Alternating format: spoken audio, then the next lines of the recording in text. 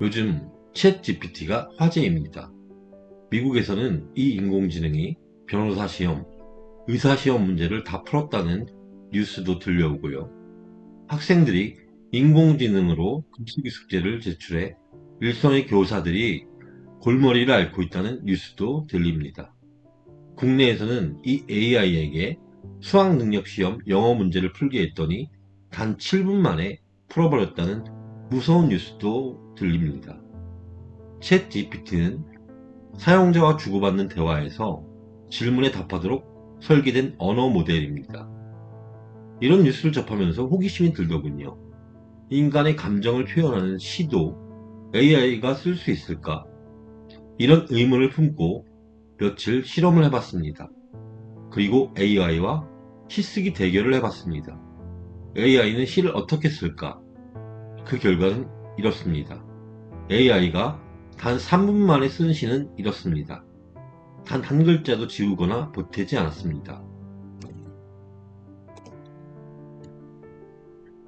겨울의 아침, 서리가 내린 복도에서 따뜻함이 차가운 첼로의 음악과 함께 햇살이 비치는 창문 옆에서 적절하게 눈물을 흘려 한가한 오후를 보내고 있었다.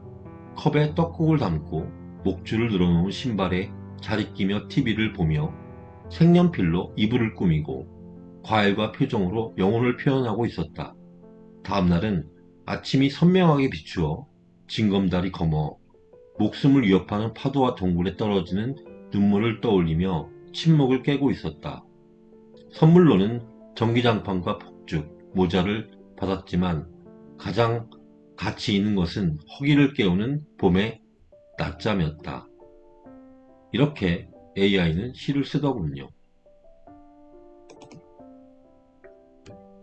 제가 한 일은 AI에게 징검다리, 검다, 목숨, 동굴, 파도, 신발, 음악, 과일, 표정, 허기 등등등 이 단어들을 적절하게 넣어서 시를 한번 써줘 라고 입력한 게 전부입니다.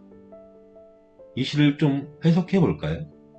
AI가 쓴 시를 사람인 제가 해석하는 게 좀 이상하긴 하지만 아무튼 해석해 보겠습니다.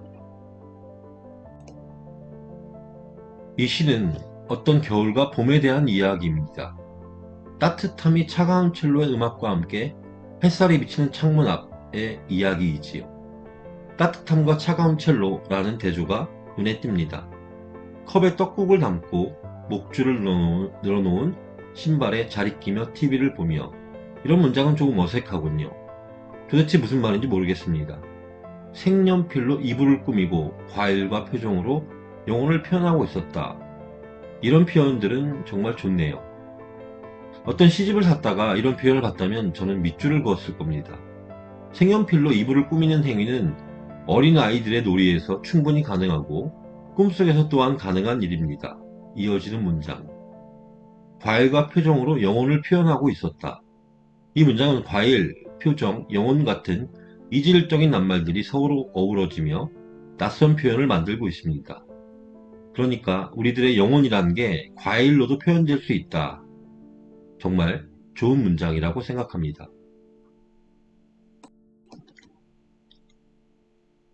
아침이 선명하게 비춘다 라는 표현도 참 좋네요. 징검다리 검어, 침묵을 깨고 있었다 이런 표현도 제법 신선한 편입니다. 저는 이 시의 마지막 문장이 제일 좋았습니다. 가장 가치 있는 것은 허기를 깨우는 봄의 낮잠이었다. 이 문장은 아마도 어떤 시집에서 봤다면 오래 기억에 남았을 것 같습니다. 허기를 깨우는 봄의 낮잠, 저라면 배가 고팠다. 가장 아름다운 것은 허기를 재우는 봄의 낮잠이었다. 이렇게 썼을 것 같습니다. 이런 작업들을 하다가 그런 생각이 들었습니다. 지금의 AI 기술이 시인과 작가를 대체할 수는 없겠지만 최소한 시인과 작가들의 보조 역할은 해줄 수 있겠구나 하고요. 글을 쓰는 사람들에게 가장 어려운 게 초고를 쓰는 일입니다. 그렇다면 AI에게 초고를 쓰게 하고 작가가 고치면 되겠구나. 세심하게 고치고 또 고쳐서 기계가 쓴 티를 걷어내면 되겠구나 하고요. 그런데 이런 글쓰기는 윤리의 문제와 직결됩니다. 어디까지가 고유한 개인의 창의성과 개성이고 어디까지가 기술에 의한 복제인가? 기술에 의한 복제는 반드시 나쁘다고 해야 하는가? 이런 복잡한 문제를 마주해야 합니다. 우리는 이런 질문들을 이제 진지하게 시작해야만 할 것 같습니다. 가령 어떤 시를 AI가 쓰게 해서 상금 1,000만 원을 주는 신춘문예에 응모를 해서 당선이 되었다고 가정합시다. 이것은 윤리적으로 올바른 일일까요? 이러한 일들이 비일비재하게 된다면 우리가 말하는 문학은 여전히 문학일 수 있을까요? 저는 며칠 AI 챗봇 실험을 하면서 정말 많은 생각들을 했습니다. 그렇다면 인간인 저는 이 단어들을 활용해 어떤 시를 썼을까요? 제가 쓴 시입니다. 읽어보도록 하겠습니다. 평가는 여러분들이 해주시기 바랍니다. 딩딩처럼 작은 개와 둘이 있는 새벽은 동굴 같아 우리는 나란히 누워 깨어있다. 발이 부족한 이불처럼 우리는 가끔 무안해져서 자는 척 눈을 감기도 한다. 그러면 동굴 안으로 파도가 치고 체리며 레몬 이런 과일들의 표정도 몰려오고 햇빛이 부족한 화분처럼 딩딩은 몸을 웅크린다.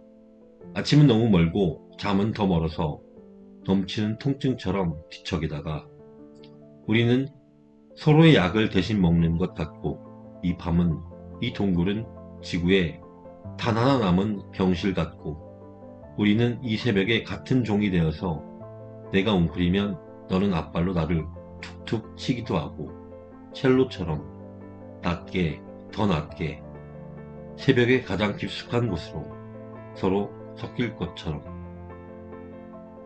시청해주셔서 감사합니다. 제3회 한국신문 신춘문예가 한국신문 대강당에서 성황리에 치러졌다. 참가한 모든 사람은 휴대폰을 감독관에게 제출하고 주최 측에서 제공하는 펜과 종이로 작품을 써서 제출했다. 미래의 어느 날 우리는 이런 뉴스를 접할 수도 있겠습니다.